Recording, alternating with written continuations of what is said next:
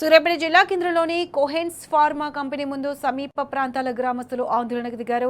కంపెనీలో షార్ట్ సర్క్యూట్తో పాటు గ్యాస్ లీక్ అవడంతో అగ్ని ప్రమాదం సంభవించింది. దీంతో రాత్రి వేళ పరిసర ప్రాంతాలన్నీ పొగ కమ్ముకోవడంతో ప్రజలు చాలా ఇబ్బంది పడ్డారు.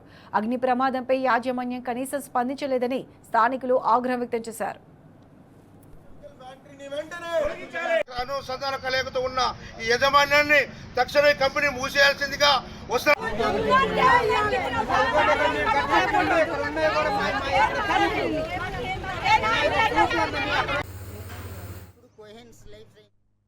ఫార్మాసిటికల్ గా ఉంది. ఆ ఇండ్లకు మధ్య హైవే ఉంది. ఓన్లీ 200 ఫీట్ల డిస్టెన్స్ లో ఉన్నాం. నైట్ 2 గంటల బావుకు శ్వాస మంచి గాఢ నిద్రలో ఉండగా శ్వాస ఆడకుండా అన్నట్టు గిక్కిరై మెలకు వచ్చింది. మెలకు వచ్చి కళ్ళు తీసి చూస్తే ఇంట్లో ఏమవుపడట్లేదు, మొత్తం పొగ ఉంది. అసలు ఈ పొగ ఎక్కడిది ఇదేందని దన్న లేచి తలుపు తీసి లైట్ వేసి చూసి బయటికి వెళ్తే అసలు తండలో పక్కనే 5 ఫీట్ల దూరంలో నిలబడ్డ మనిషిని కూడా గుర్తించలేని పరిస్థితిలో ఉంది. ఆ కళ్ళ మంటలు కానీ, శ్వాస ఆడకపోవడం, గొంతు మంట కానీ అసలు చాలా అన్నట్టు తీవ్ర స్థాయిలో ఉన్నట్టు శ్వాసకోశ సమస్యలు కానీ, వామిటింగ్ వచ్చినట్టు నానా బాడీకి ఇరిటేషన్ కలిగింది. అది అయిపోయిన తర్వాత ఏం చేయాలని కంపెనీ వాళ్ళని ఫోన్ చేస్తే కంపెనీ వాళ్ళు ఎట్లాంటి ఇంటిమేషన్ ఇవ్వడం లేదు.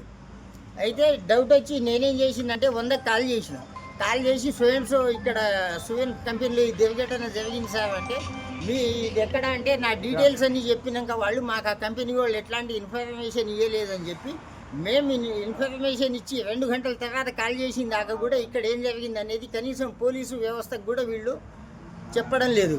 నైట్ 2 గంటల 10 నిమిషాలకు ఇక్కడ రియాక్టర్ పేలి చాలా ఇబ్బందులు అయ్యి విషవాయువులు బయట వెదజల్లేటట్టుగా అయ్యి చాలా ఇబ్బందులు పడ్డారు. ఇక్కడ మన తండావాసులే కాదు, సంపండ వర్గాలు ఉన్నారు. ఇక్కడ ఒక తండా అనే ముందు కాకుండా సంపండ వర్గాలు అన్ని కులాల వాళ్ళు ప్రజలందరూ చాలా ఉక్కిరి అయ్యి చాలా ఇబ్బందులు పడుతున్న పరిస్థితులు దూరణంలో ఉన్నటువంటి ఈ ఫ్యాక్టరీ కోహెన్స్ ఫ్యాక్టరీని తక్షణమే ఇక్కడి నుంచి తరలించాలి, దూర ప్రాంతాలు తరలించాలని చెప్పేసి మా ప్రధానమైనటువంటి డిమాండ్.